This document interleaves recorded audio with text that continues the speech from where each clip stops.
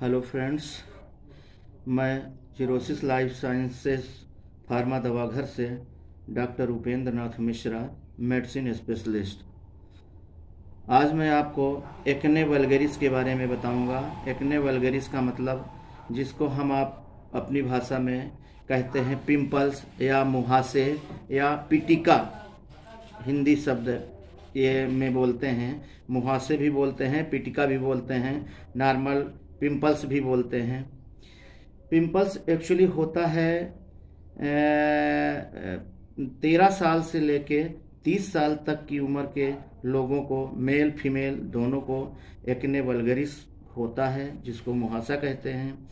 और मुहासे चेहरे पे होता है, चेस्ट पे होता है, और आपके ये नेक पे होता है, शोल्डर पे होता है, और जिसको आप बैक पीठ बोलते हैं, बैक साइड में होता है। और ये दाने होते हैं, लाल रंग के दाने होते हैं, गुलाबी रंग के दाने होते हैं, जिसमें पस भरा हुआ लगता है। उसको आप दाबिए तो उसमें से कड़ा कड़ा पार्ट निकलता है, जो छूने पे दर्द भी होता है और लाल रंग रहता है, दर्द रहित रहता, दर्द होता है इसमें। तो ये इसी को एक्ने और मुहासा कहते हैं। मुहासा होने के बहुत सारे रीजन हैं, इतना ब्रीफ में जाएंगे तो बहुत समय लग जाएगा। आपको शॉर्टकट बता देता हूँ कि एक्ने होता किसको है। एक्ने एक्चुअली जो मेल होते हैं, किशोरावस्था मेल में होता है। एक्चुअली मेल में जो मेल होते हैं उसमें एंड्रोजन हार्मोन्स होता है। एंड्रोजन हार्मोन्स के डिस्टरबेंस के कारण भी लड़कों को ये मुहासा होता है और एक्ने हो जाता है। और फीमेल में जो है प्रोजेस्टेरॉन जो हार्मोन्स होता है, उसके कारण वो डिस्टर्ब होता है, तब एक्ने वल्गरिस हो जाता है, जिसमें पीरियड्स वगैरह महिलाओं के डिसबैलेंस हो जाते हैं। पीसीओएस, पॉलीसिस्टिक ओवरी सिंड्रोम, जिस में फीमेल को, महिला को होगा, उसको भी एक्ने वल्गरिस हो सकता है। एक्ने वल्गरिस नियमित रूप से इसका उपचार यही है कि आप जब घर से बाहर निकलिए तो आप फेस को अच्छी तरह से गुनगुने पानी से, हमेशा गुनगुने पानी से धुलिए। जिसको भी एक्ने की शिकायत है, जिसको भी एक्ने वल्गरिस है, वो सुबह शाम गुनगुने पानी से मुंह को धुलें। और जब भी धूप में निकलें तो मुंह को कवर करके निकलेंगे, कपड़े से ढक के निकलेंगे। सनस्क्रीन का यूज करें तब बाहर निकलें। और जिसको भी एक्ने की मेडिसिन चल रही हो, उनको कभी भी आप मान के चलिए कि कभी उनको धूप में नहीं निकलना चाहिए जब तक एक्ने वल्गरिस की मेडिसिन चल रही हो। और मेडिसिन इसमें जो नियमित रूप से चलती है, कंट्रासेप्टिव मेडिसिन से भी, जो महिलाएं कंट्रासेप्टिव मेडिसिन खाती हैं, उनसे भी वो खाने से एक्ने हो सकता है। जो अनवांटेड वगैरह है, महिलाएं, लड़कियां कंट्रासेप्टिव यूज करती हैं, उसके कारण भी महिलाओं को एक्ने वल्गरिस हो जाता है। और इसमें तनाव से भी, डिप्रेशन वाले व्यक्ति को भी एक्ने वल्गरिस होता है। और इसमें एपिलेप्सी की मेडिसिन जो चलती है, जिसको मिर्गी कहते हैं, मिर्गी की टैबलेट कैप्सूल जिस पेशेंट को चलता है, उसको भी एक्ने मुहासे हो सकते हैं। और ये हेरिडिटी भी है, आनुवांशिक जिसको बोलते हैं, आनुवांशिक से भी एक्ने वल्गरिस हो सकता है। और जिसकी स्किन ऑयली होती है, उसको भी एक्ने होने के बहुत सारे चांसेस हैं कि उसको हो जाता है, क्योंकि पसीना आता है तो पसीने को लोग पोंछ देते हैं, और पोंछने से उसका असर जाता नहीं है। तो जब भी जिसकी ऑयली स्किन हो, उसको अगर पसीना आता है तो तत्काल उसको धुलना चाहिए एक्ने वल्गरिस से बचने के लिए।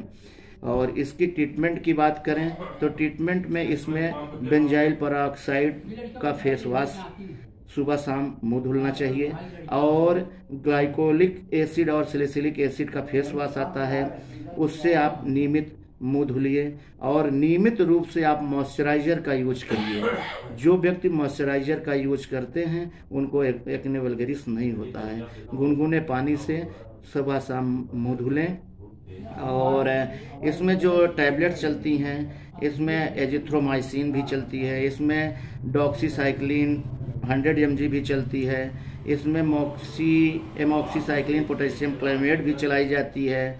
और इसमें मेडिसिन बहुत सारी चलाई जाती है, लेकिन फालतू मेडिसिन चलाने से कोई मतलब नहीं होता है, इसलिए जो आपके लिए ज़रूरत हो वही मेडिसिन चलाई जाती है। अब यह है कि पेशेंट को देखने के बाद तय होता है कि इसमें कौन सी मेडिसिन चलाई जाएगी। अपने से कोई ट्रीटमेंट मत करिए। अगर ये सब लक्षण आपको मिलते हैं तो आप तत्काल किसी मेडिसिन स्पेशलिस्ट या डर्मेटोलॉजिस्ट से के संपर्क में जाइए और उससे ट्रीटमेंट कराइए। और इसमें बैंडी प्लस इवरमेक्टिन और एल्बेंडाजोल का टैबलेट 3 दिन लगातार रात में चबा के खा के इसके बाद गुनगुना 1 घूंट पानी पी के सो जाएं, उससे भी आपको ये मेडिसिन चलेगी। एंटी हिस्टामिन मेडिसिन लिवोसिट्राजिन भी चलती है। और बहुत ज़्यादा प्रॉब्लम होता है तो इसमें आइसोट्रेटिनाइन भी डॉक्टर चलाते हैं, जो 10 mg और 20 mg की चलती है।